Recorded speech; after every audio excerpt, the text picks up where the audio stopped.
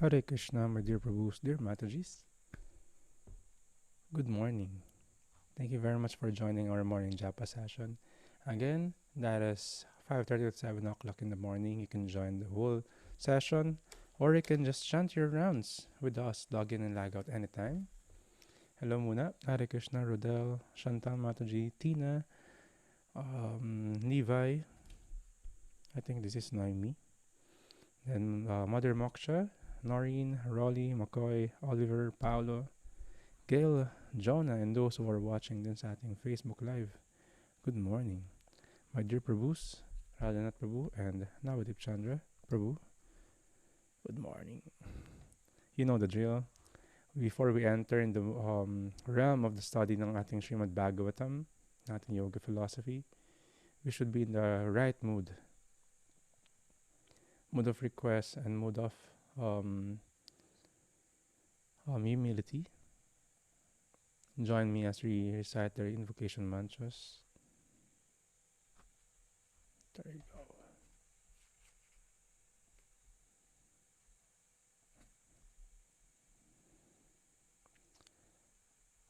Om Namo Bhagavate Vasudevaya.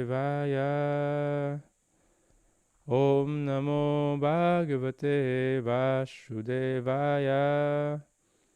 Om Namo Bhagavate Vasudevaya. Narayanam Namaskritya Naram Chaiva Narotamam Devim Sarasvatim Vyasam Tato Jayam Mudirayet Nashta Prayeshu Abhadreshu Nityam Bhagavata Sevaya Bhagavati Utamas Loke Bhaktir Bhavati Naishtiki. I offer my obeisances to the Supreme Personality of Godhead Vasudev. Before reciting this Srimad Bhagavatam, which is the very means of conquest, one should offer respectful obeisances unto the personality of Godhead Narayan, unto Nara Narayan Rishi, the supremmost human being, unto Mother Saraswati, the goddess of learning, and unto Srila Vyasadeva, the author. By regular attendance in classes on the Bhagavatam, and by rendering of service to the pure devotee, all that is troublesome to the heart is almost completely destroyed, and loving service unto the personality of Godhead, who is praised with transcendental songs, is established as an irrevocable fact. So welcome sa ating Srimad Bhagavatam study, the Monk in the Middle podcast. We are at chapter 15. Yesterday we discussed about what happened sa clan ng Yadu dynasty. They were intoxicated, but it was all arranged by Krishna for the most dramatic exit. Hindi ko alam kung mayroon pang mas dramatic sa exit na ganun nangyayari. And ang ganda basahin. It was part din ng Mahabharat na book. And also, it will be discussed later on the Srimad Bhagavatam. The details that we discussed was not in this chapter, pero kailangan natin isingit yon kasi napakaganda. Sabi nga, those who knows the transcendental appearance, activities, and disappearance of Krishna will never come back here in the material world. So yeah, we are so fortunate that we have the access on this pastimes ni Krishna. And I could just imagine if one is just meditating on the light. There's nothing, there's no mellow, there's no love, and there's no flavor. Parang, ako hindi ko kaya yon. Just meditate on nothingness. And here we are being graced by the pure devotees like Srila Prabhupada. They gave us the access, sneak peek ng spiritual world by knowing this pastime. So we're just gonna be, we're just very fortunate and grateful for this opportunity. And I'm very fortunate to have your association every morning. We are at 84th or 83rd episode natin. Kalaaya mo yun. Napapanindigan. Reading from the Srimad Bhagavatam, first canto, Creation. Chapter 15. The Pandavas retire timely. So we will continue what happens dun sa scenario. Text number 38. Thereafter, In the capital of Hastinapur, he enthroned his grandson, who was trained and equally qualified as the emperor and master of all land bordered by the seas. So, um, Sutta Goswami was discussing about Yudhishthir Maharaj. After they knew what happened with the Yadu dynasty, with Krishna, with Balaram, they left this material world already and went back to the spiritual world, and also is having their sunrise sa ibang universe to have their own, to have their other pastimes, same pastimes but in other place. So si Yudhishthir Maharaj was retiring.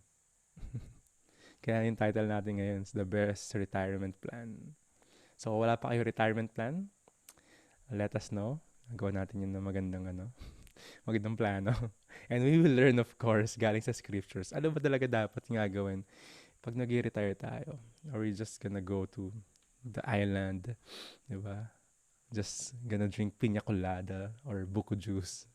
Tapos nasa silan tayo. No? Basa lang tayo ng diary doon. So, ano ba yung advice ng scriptures? Paano ba talaga dapat mag-retire? So, si Yudhishthir Maharaj is a great emperor. He ruled 30 plus years, 35 years, 36 years. He is actually detached. There was a comparison in the purports. Yung diniscuss natin, si King Dhritarashtra, na ugod-ugod na, ayaw pabitawan yung position niya. Si Yudhishthir Maharaj easily, he could renounce.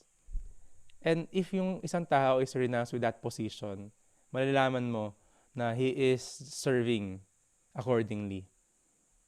Kasi hindi yung position yung hinahabol niya. Ang hinahabol niya yung service. Especially in this leadership position, which is hindi biro, emperor sila. So imagine mo nga, i-handle mo nga lang yung ilang tao, or kung tatay ka, i-handle mo lang yung anak mo. I-manage mo lang yung time ng anak mo, or yung, alam mo yun, maliit na bahay to maintain. What more pa, i-handle mo yung city, i-handle mo yung bansa, or i-handle mo yung buong mundo. A very important Sanskrit word here was is binayinam. This is fully trained or properly trained. Si King Pariksit, if you could remember, wala nang anak sila Pandavas because it was killed. They were killed by Ashvatam. Ang natira sa kanila, sa lineage nila, is si Maharaj Pariksit na lang. Wala nang iba. And this Maharaj Pariksit is the one who were saved by Krishna sa womb. And now, he was being described as binayinam or properly trained. Yung mga leaders talaga, from childhood, they were being trained kung ano yung magiging service nila paglaki nila. And si Maharaj Pariksit was trained how to become an emperor. So, bata pa si si Pariksit Maharaj na ito. So, 30 plus pa lang siya. Kasi syempre, nag-start yung emperorship ni Yudhishthir Maharaj. Tapos, around that time, doon pa lang pinanganak si Maharaj Pariksit. Pero emperor na, imagine mo ano yung responsibility niya. Sa Pilipinas, parang 50 or ilang taon ba bago maging presidente? Diba? Parang, imagine yung age muna bago maging presidente. So, si Maharaj Pariksit is very qualified. And sinasabi rito ni Sir Prabhupada, during this time, the system was emperorship. Why? Basically, the whole world, yung mga tao nandun is very happy because they have a good administration ng emperor. Good leader, happy people. But of course, the Kali Yuga is very different. Even lagyan mo ng good leader, yung citizen is not that good.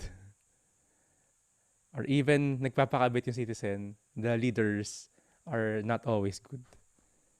So that's the nature of Kali Yuga. Both are not in a good position. That is why the Krishna consciousness is very or urgently needed. May pandemic o wala. Or naniniwala ka sa vaccine o hindi. Importante yung Krishna consciousness. Just like when Srila Prabhupada bowed down to his spiritual master, Bhaktisiddhanta Saraswati Thakur, binigyan siya ng instructions. You should share this Krishna consciousness to the English-speaking countries. Si Sir Prabhupada may argument siya, paano natin i-share to kung sinasakop tayo ng mga British? And sabi ni Bhaktisiddhanta Saraswati Thakur, the teachings of Lord Chaitanya is not bound by this any conditioning. It is urgent. Text number 39. Then he posted Vajra, the son of Aniruddha, grandson of Lord Krishna, at Mathura as the king of Surasena. Afterwards, Maharaj Yudhisthira performed the Prajapatya sacrifice and placed in himself the fire for quitting household life. So there's ceremony how to retire. Di ba, may mga retirement party. He's preparing in his retirement plan niya. Actually, pina-follow lang nila yung Varna ashram system. He is taking the order of the retirement, Vanaprastha to Sannyas. Actually, Sannyas yung tinake ni Yudhisthira Maharaj. There was a picture, kung makikita natin, wala akong picture dito, pero may picture sa Srimad Bhagavatam na may hawak-hawak siyang danda. Meron siyang stick, danda na dala-dala. Then, si Yudhisthira Maharaj, together, ito.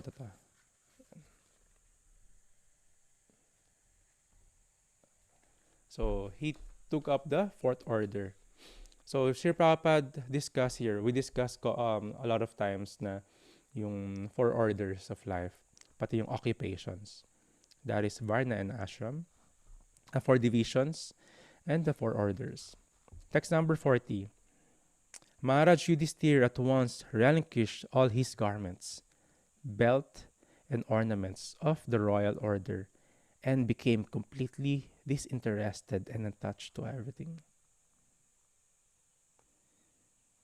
So even the material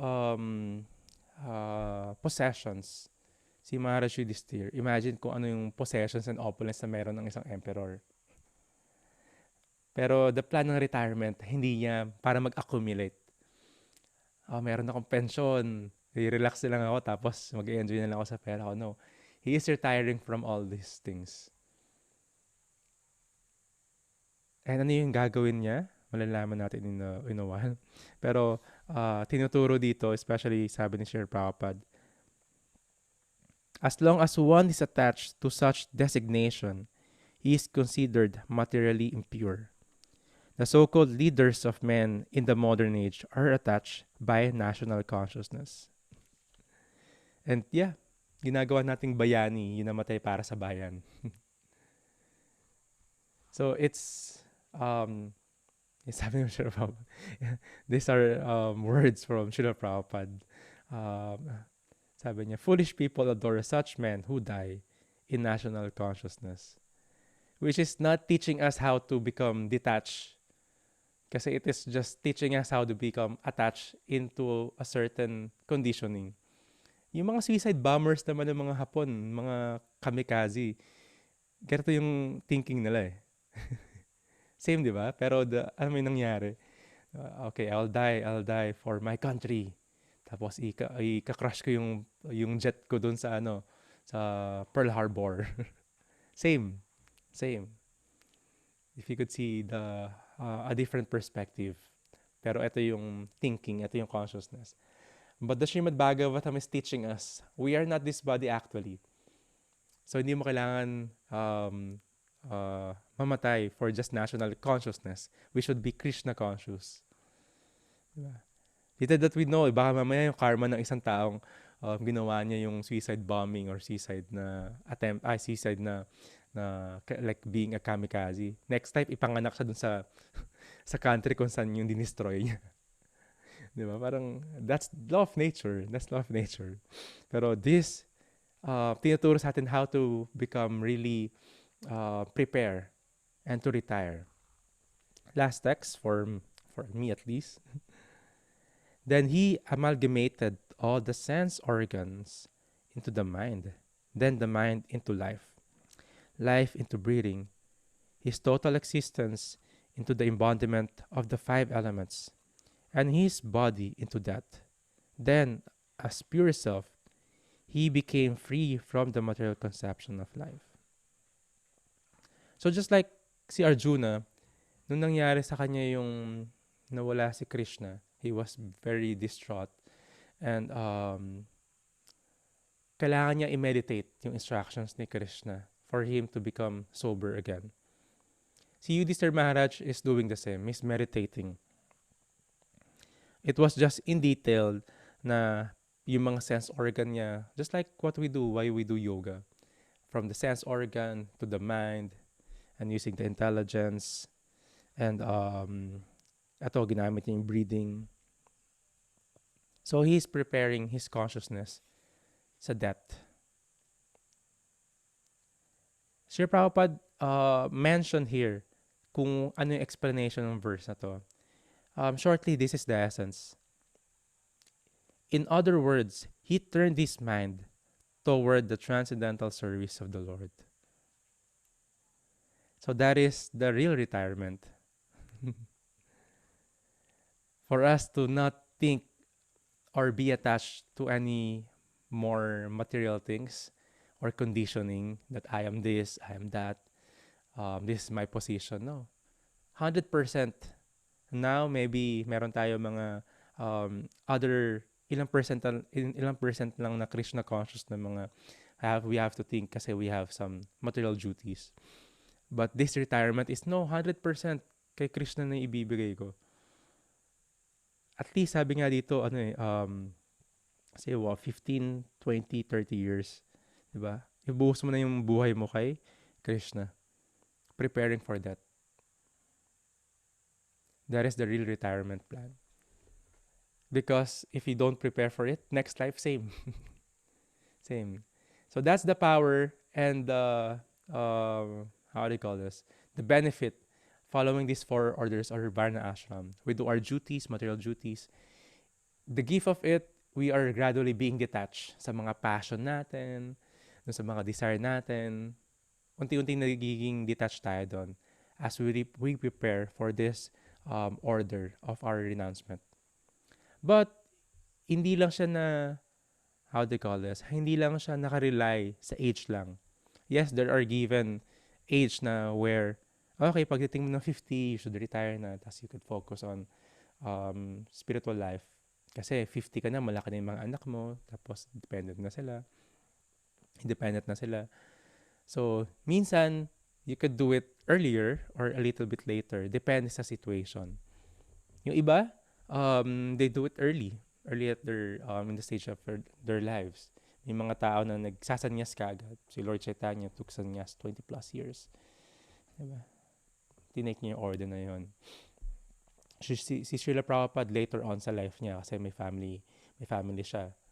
Although si Lord Chaitanya meron din, pero early on niya tinake. So, this kind of preparation for that is the real meaning of retirement. And we should be always guided sa ating path in this spiritual journey by the gurus, the sadhus, and the sastra.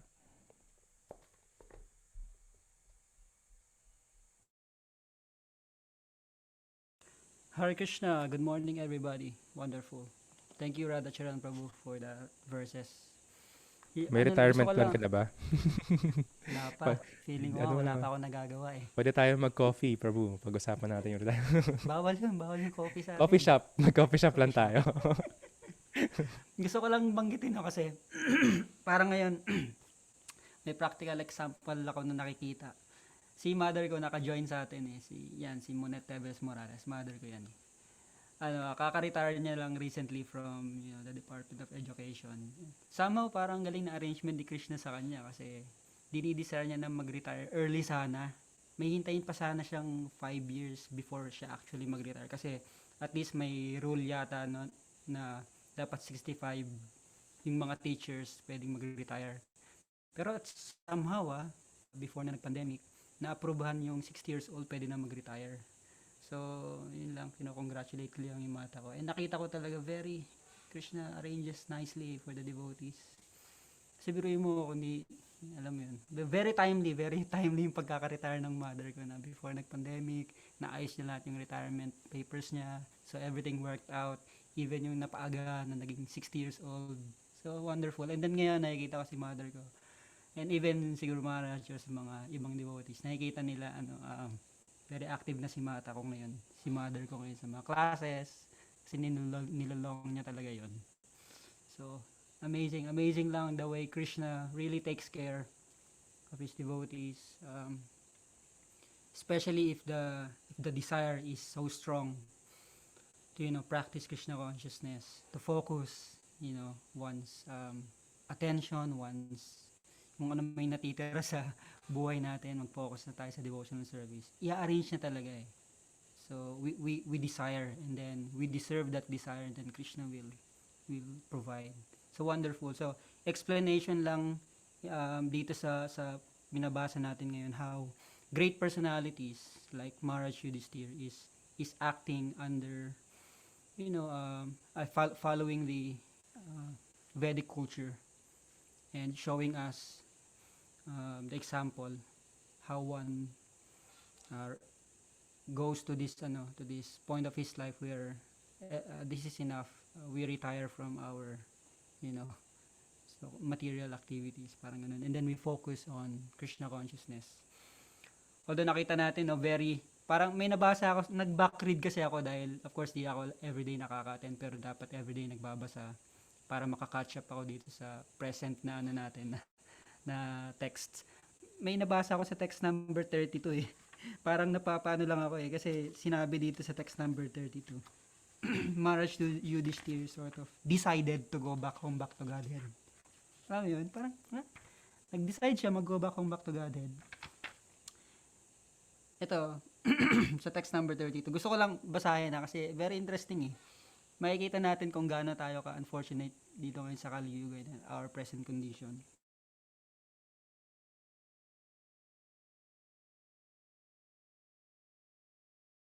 Should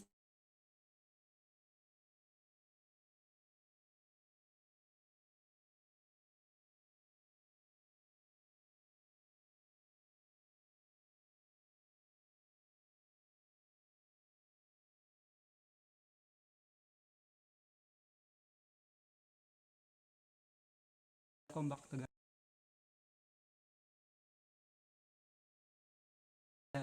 The process of retirement dito na binabanggit.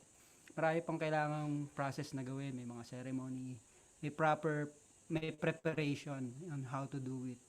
Pero yun lang, parang it's such a strong statement that Maharaj he decided. Wala nang paligoy-ligoy pa, wala nang maraming kwento. Wala nang parang kailangan ko pang gawin to, kailangan ko pang gawin yan, marami pa akong kailangan i-accomplish, hindi na.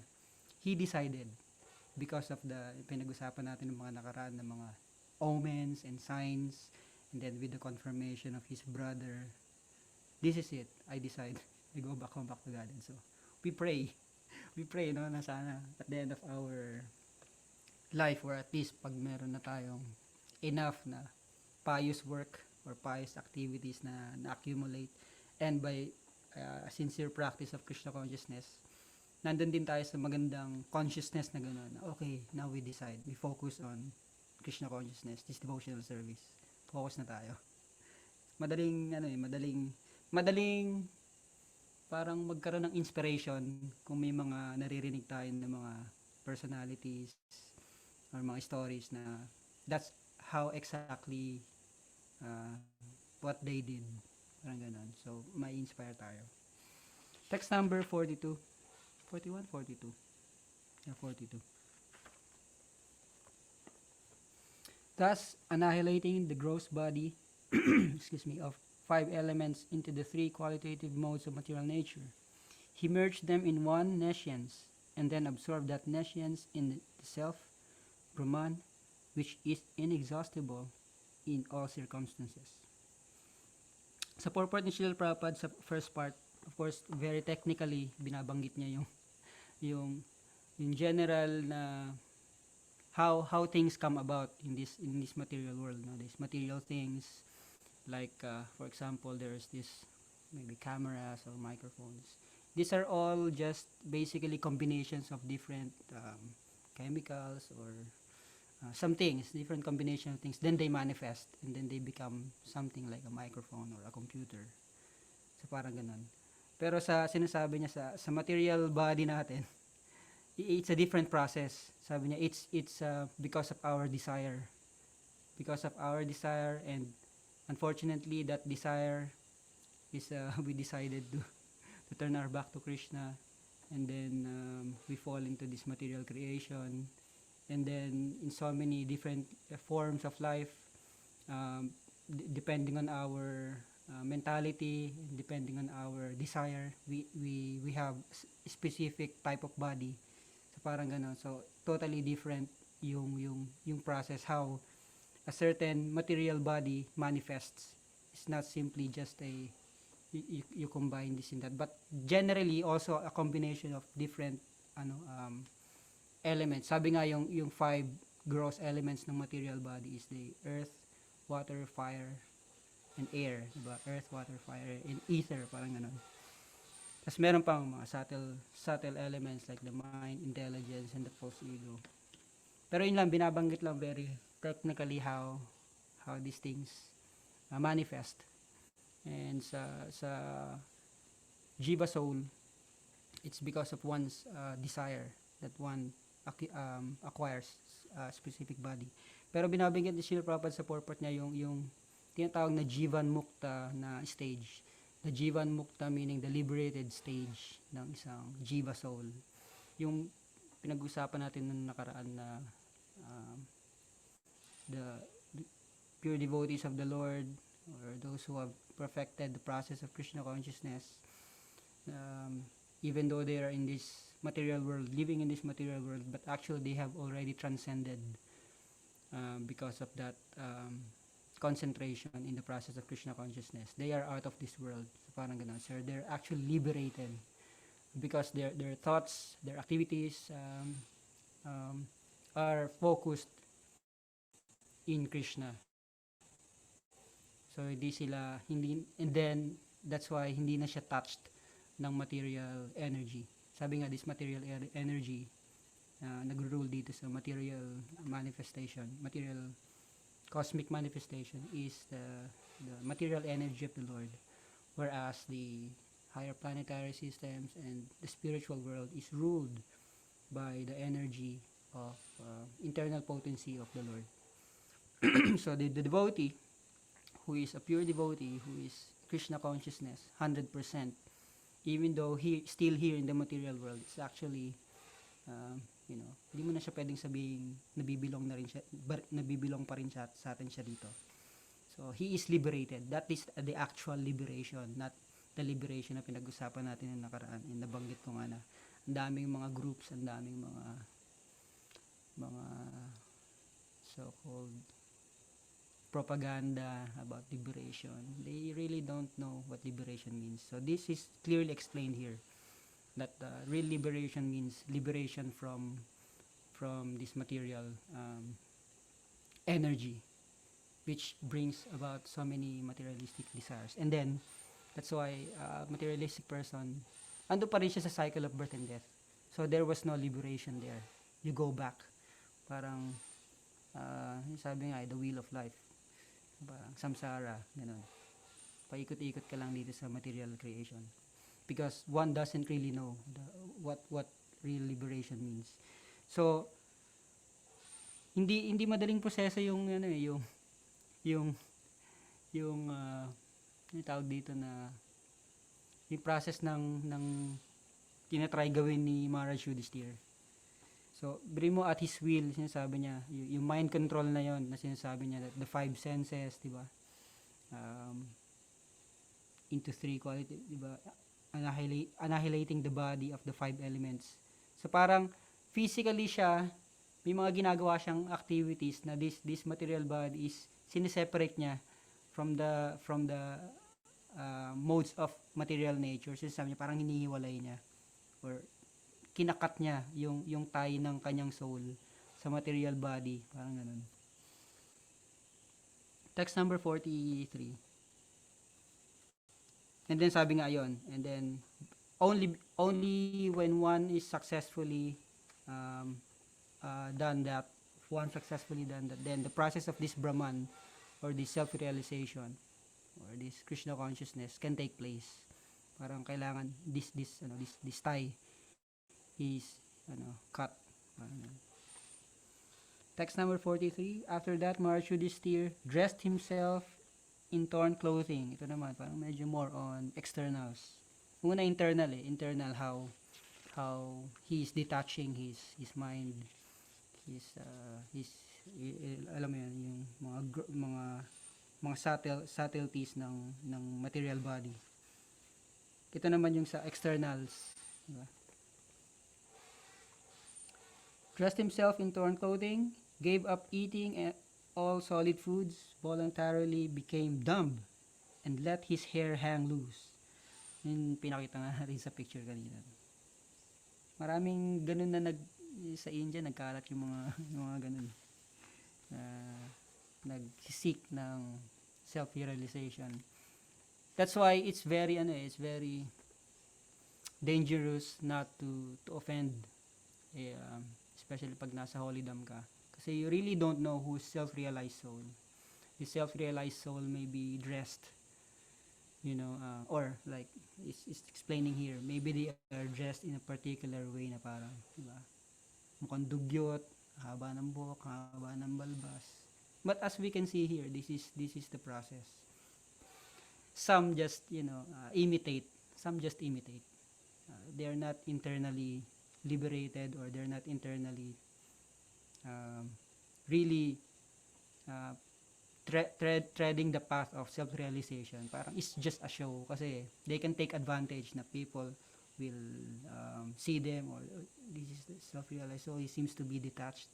Let's take shelter of this person, let's follow this person, and then the next thing you know, he will be asking you, a lot of things like possessions or money, or sometimes even sa India very notorious yung mga ganito, hindi naman sa inaano natin, pero this is the sad reality na these so-called sadhus, saintly persons who seemingly parang they're in the garb of a self-realized or yogi, or a person who is supposedly parang holy, they take advantage even in a physical way.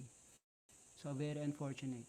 That's why it's important sa mga devotees like us na pag may mga sinasama tayong mga friends and new practitioners ng Krishna consciousness sa India, we have to be very careful na we watch over them and make sure na hindi sila masyado makipag-associate sa mga hindi nila kilalang mga, marami kasing maraming nagkalat na mga false sadhu, because they know they can take advantage of this new souls na nagtitake seriously ng path of self-realization. So pero nakikita natin dito, ganun din yung example na pinapakita ni Maharaj. Parang ganun talaga ganun talaga yung process ng ng renouncing.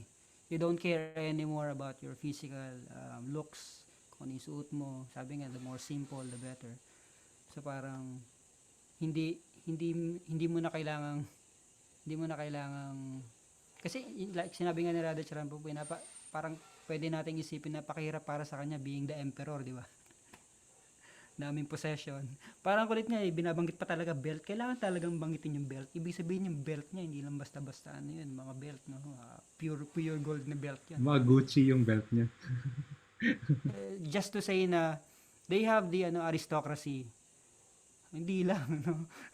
Baka doon ang galing yung mga ganon. Yung mga diamond studded na mga belts or mga armlets, ganon.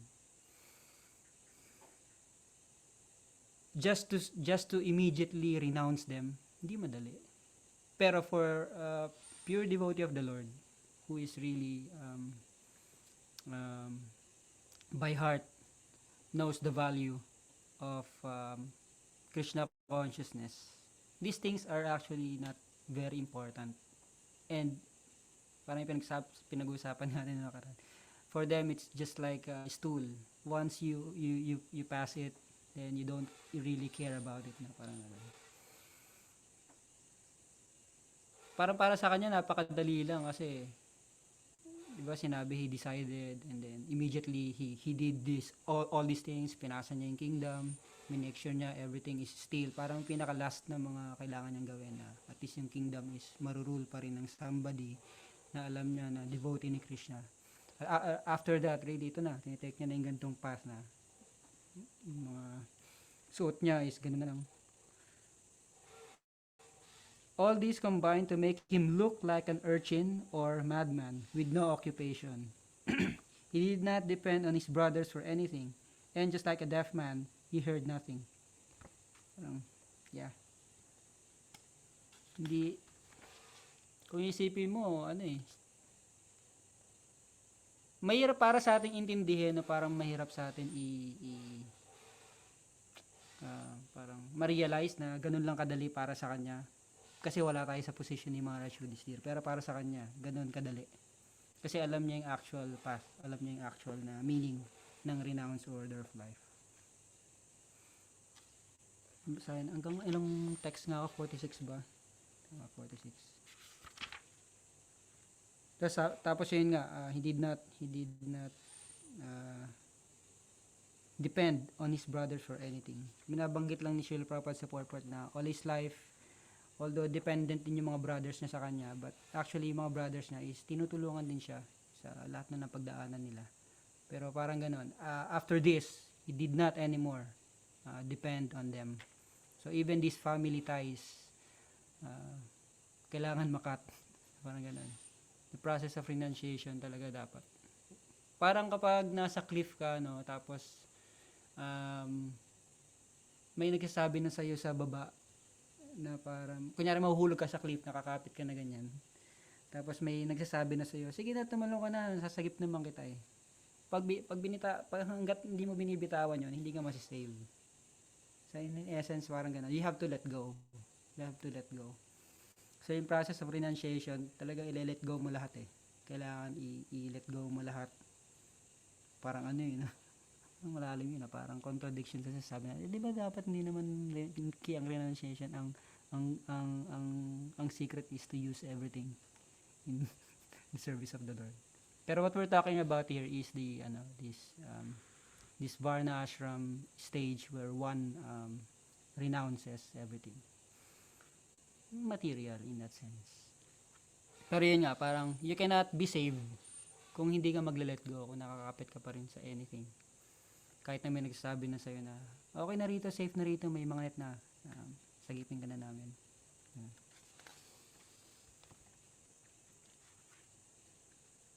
He then started towards the north, treading the path accepted by his forefathers and great men, to devote himself completely to the thought of the Supreme Personality of Godhead. And he lived in that way wherever he went. So, may text sa Bhagavad Gita na to the effect na parang sinasabi na whatever action a great man performs, common men follow, parang ganun. So this is what exactly Maharaj Yudhishthira is doing.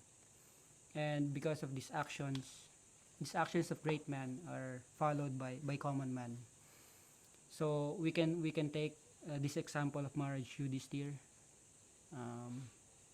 at least kahit man lang by heart na alamin natin yung process ng retirement and why one actually have to renounce this materialistic way of life is to focus in Krishna consciousness. So it's very important that for him as a great personality to follow this path, because he is a great personality. He must set an example for the common men. Tama ba? Text number 45.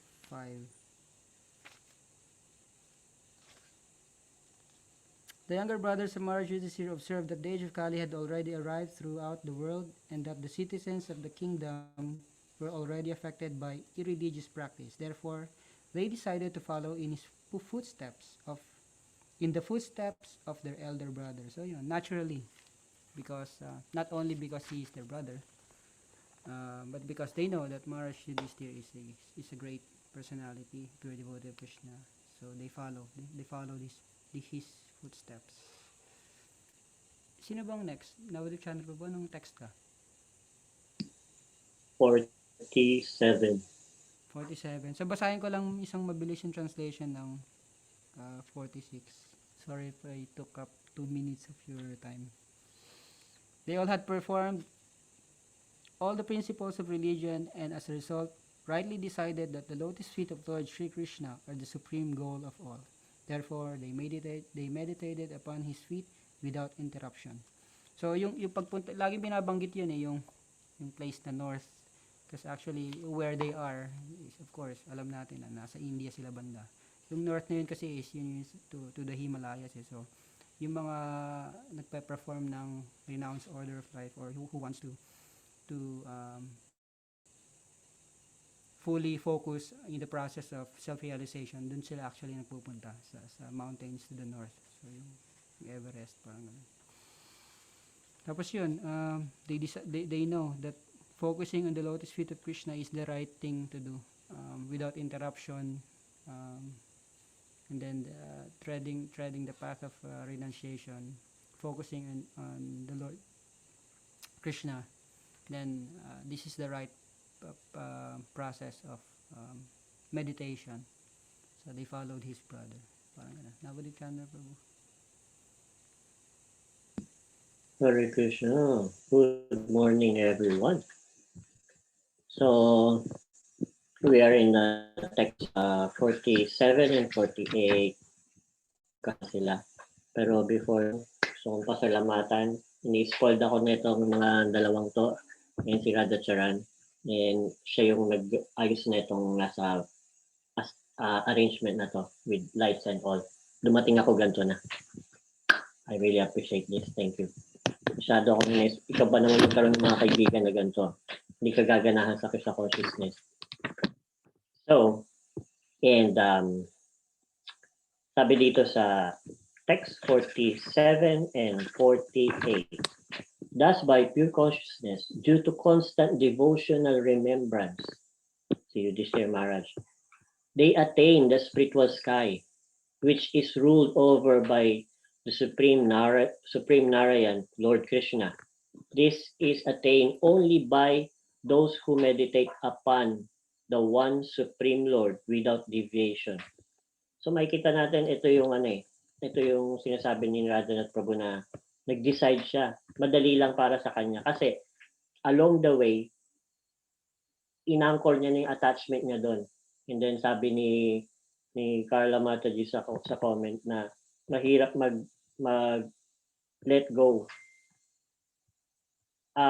Kailangan kasi kung yung let go or detachment alone, yun lang ang gagawin natin. Talagang mahirap actually.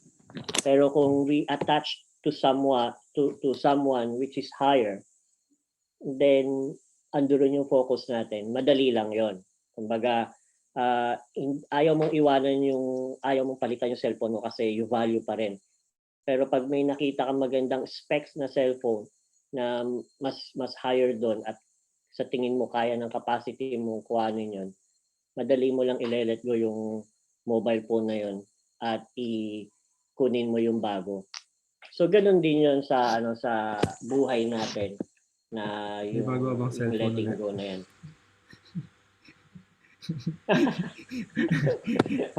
Kala ko may bago ka cellphone eh. Attach pa ako sa Ayan. Tapos sabi niya dito, without deviation, and then this abode of the Lord Krishna, known as Goloka Vrindavan, cannot be attained by person who are absorbed in material conception of life. But the Pandavas, being completely washed all the material contamination, attain that abode in a very sane bodies. Meaning, di ba, tayo nga meron tayong mga province, ganyan. Alam mo, dun ka nakatira dati. kung wala kang attachment dun sa mga tao na nandoon o yung mga news na nandoon or anything, alam mong taga doon ka pero hindi ka pupunta doon kasi hindi mo sila nami-miss, 'di ba? Pero alam ni Yudhishthir Maharaj kung kanino siya attached, which is the Supreme Lord, kay Krishna. So, umalis na si Krishna, ay susunod na ako doon. Kasi hindi naman talaga tayo taga rito. We are, alam naman natin na we are spiritual being and we are from the spiritual world. So we need to go back to Godhead. And we know this material world is it's a temporary place. And there's a lot of heartache, repeated birth and death. There's happiness also, but more on kind of suffering, if you will. So yun. And then actually may sinabi dito si Prabhupada sa purport na ano to,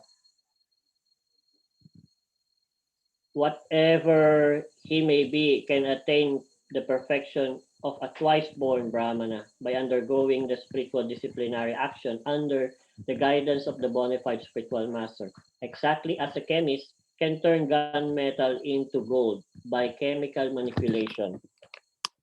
It is therefore the actual guidance that matters is the process of becoming a Brahmana, even without change of the body. So yun, sabi nga, Brahman is a first-class gentleman or the higher class. And hindi man tayo twice born or hindi naman tayo pinanganak sa Brahmin family. By the guidance of the guru, yung sabi, spiritual disciplinary actions, guidance of the guru or the bona fide spiritual master, pwede tayong by qualification, by training, by qualification. Then, hindi lang siya by caste system na, pinanganak ka na, tatay mo, doktor ka na rin. No, by training. So, and dito kay text 49. Vidura, while on pilgrimage, left his body at Prabhas because he was absorbed in thought of Lord Krishna. He was received by the denizens of Pitriloka planet, where he returned to his original pose. Nga pala, sinabi din dito sa purport ni Prabhupada na yung about sa binalikan niya ng konti yung ni Yamaraj, ni sino to? Si Vidura. Bumalik siya na sa original post niya na siya si Yamaraj or Superintendent of Death. Siya yung nagpapunish actually. So, bakit sinabi yun? Konting mabilis na backstory lang. Na merong isang muni, Manduka Muni, na of course, powerful muni siya, and then very simple lang siya. Merong sa kanya, merong mga thief o mga dacoits na pumunta sa bahay niya para magnakaw. Inabangan na ng mga pulis yun. So, pulisan. And then, siya, conduct, pumasok nga sila doon sa bahay na yon at magkukuha sila, magnanakaw. And then, ang nangyari is, nung nakot sila, pati yung may-ari ng bahay, si Manduka Muni, sinama. Tapos, sa madaling salita, dinala sa punishment area.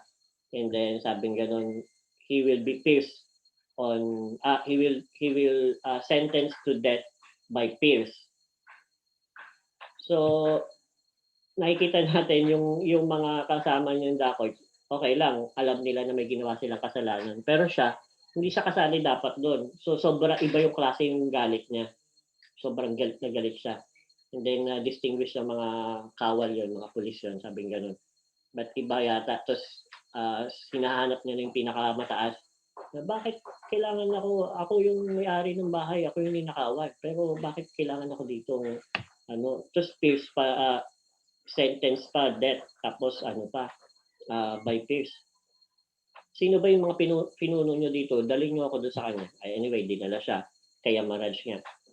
So, anong klaseng to? Bakit So, binuksan yung niya. Merong malaking pinto. antique yun. Ganun daw sa, kumbaga, picture ng antique. Parang Jurassic Park na pinto, ganun kalaki. Tapos, binuksan. Maraming mga bookshelves yun na mga hardbound na makakapal sobra. Tapos medyo antique na. Lahat yun, sa'yo lang yung room na yun. Lahat yun yung mga ginawa mo. Good and bad.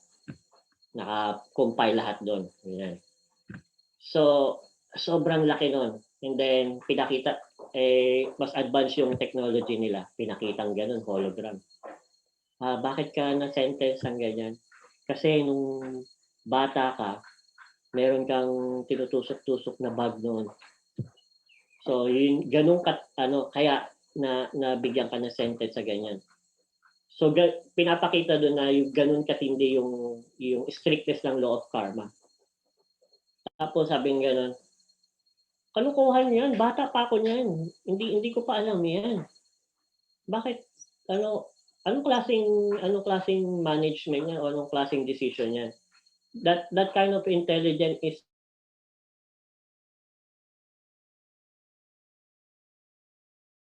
a kind of sudra to become a sudra.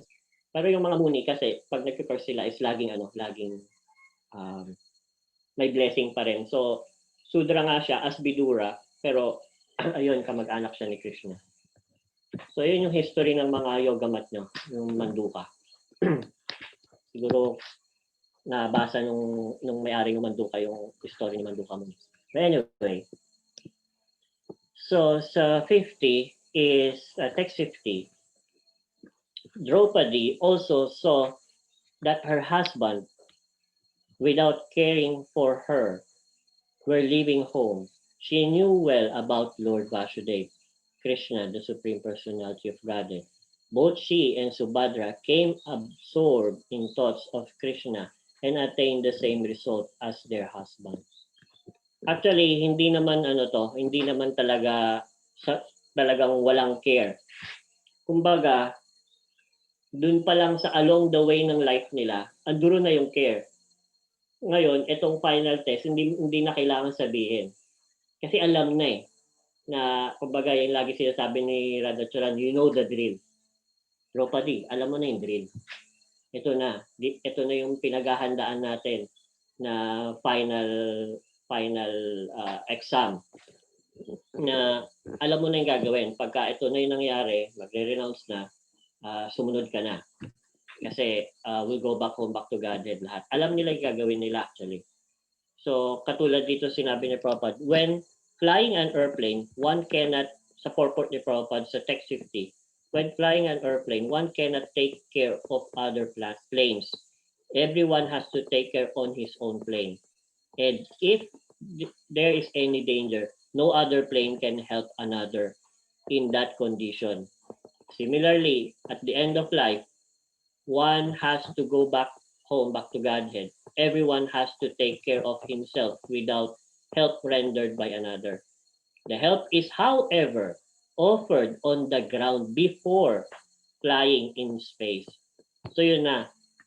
Yun yung mercy ng guru na hindi pwedeng, hindi ako mag-aaral, pero dahil merciful ka, after ng exam, hindi ko may papasa, pero dahil merciful ka, ipapasa mo ko. No. Along the way, you take the education. You take the mercy. That's the mercy. Kailangan pag-aralan mo yung leksyon. Pag hindi, you lose the mercy. Hindi mo nakuha yung essence.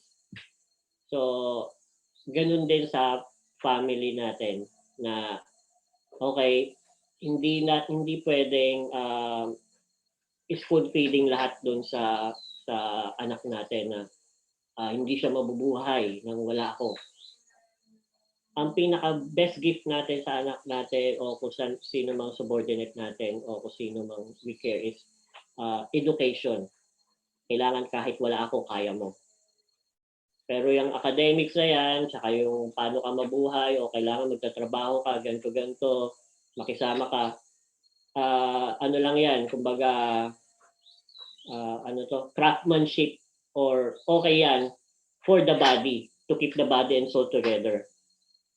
Pang survival yan, to keep the body and soul together. But merong higher doon, which is the higher, as we know, we are a spiritual being and we need to go back to spiritual world.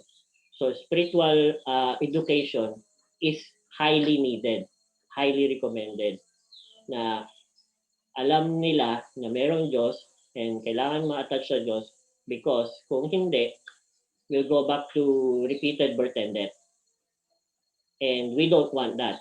And kaya nga tayo attached sa kanila. Pero si Yudhishthira Maharaj, hindi na siya ganun ka-attached kasi alam niyan, may confidence siya doon kay Draupadi, sa mga kapatid niya, na they are all Krishna conscious. Pag ano yung ginawa ng elder, gagawin na nila, sunod-sunod na silang aakyat sa spiritual world. So, hindi siya basta walang care lang. Anduro na yung care doon pa sa habang nabubuhay sila. So, in that way, yun, alam mo na, anak, kung anong gagawin mo. Dahil along the way is pinag-aralan na natin yan. Kumbaga, and then, Prabhupada, yun nga si Prabhupada is very sweet. Pwede naman siyang sarili na lang niya mag-practice sa Holy Dam. Pero bakit pumunta pa siya sa West para lang i-save tayong lahat, para turuan tayo, para alam mo yung lahat ng troubles sinalubong niya para lang maging Krishna conscious tayo. Even our Guru Maharaj, pwede naman silang sa Holy Dam na lang sarili nila na mag-practice. Pero ganun yung care nila sa humanity. Kaya inaano nila tayo at tinuturuan nila tayo to go back to Godhead and how to live in this material world in a Krishna conscious way. So, yun. And then, so yun. And then yun yung qualification ng parents pag tayo. Qualification ng pagiging parents na we're able to deliver our subordinate to the lotus feet of Krishna, to become Krishna consciousness, and will be confident that they are safe kahit wala na tayo. They are safe to go back to Godhead. So, nanduron yun along the way ng life natin. Laging ituturo yun. Ako, nagbili na ako sa family ko na, okay, pag pass away ako, let the Hare Krishna do the thing to my body, and you know the drill, alam nyo na. So, kailangan magaganda yung sari nyo, magaganda yung doti nyo. Kailangan may mga lobo, joyful. Ayan. Alam nyo na. So, 51, mabilisan lang. Hare Krishna. The subject to departure of the son of Pandu for the ultimate goal, back to Godhead, is fully auspicious, is a perfectly pure. Therefore, anyone who hears this narration, congratulations, devotional faith certainly gains the devotional service of the Lord, the highest perfection of life. Congratulations sa inyo. So anyway, lahat ng ginagawa natin is preparation for the final exam. Pine-prepare natin yung consciousness natin for the final exam. The main point is it's more auspicious to die in a surrounded of devotees with the holy name. Yun nga. And yun yung the best. Katulad ng nakita nyo kay Pankajani Prabhu, paano siya nag-pass away. Hindi naman natin inaano yung family natin, pero actually yung family natin, iiyak lang sila, Hare Krishna. Lalo tayong ma-attach, ay, iiyak sila, aalis ba ako? Hindi pa. Baka hindi pa nila kaya nung wala ako. Anyway, so, we die in the surrounded of devotees with the holy name. Yun yung final exam natin. And yun yung one of the best kind of retirement. Okay, thank you very much. Yes, thank you very much. Maraming salamat. And yeah, very practical how we should prepare for our retirement. And our retirement is preparation for that. And hindi natin kailangan antahin pa yon para tayo magseryoso sa Krishna consciousness. Now is the time for us to invest. Thank you very much again. See you tomorrow sa ating continuation ng Japa session natin Srimad Bhagavatam, maraming salamat, Tina. That's Carla, Naomi, Jonah, Mother Moksha, Noreen, McCoy, Oliver, Paolo, Rolly, RJ, Jonah, and Riza. Grantara Srimad Bhagavatam ki jai. Sri Prabhupada ki jai. Gaura Premanande. All glories to you. Yes, Hare Krishna. Thank you very much, Radha Prabhu. Now with Chandra Prabhu. Hare Krishna, everyone. And those who are Hare watching this Krishna. Facebook Thank Live you very natin. much.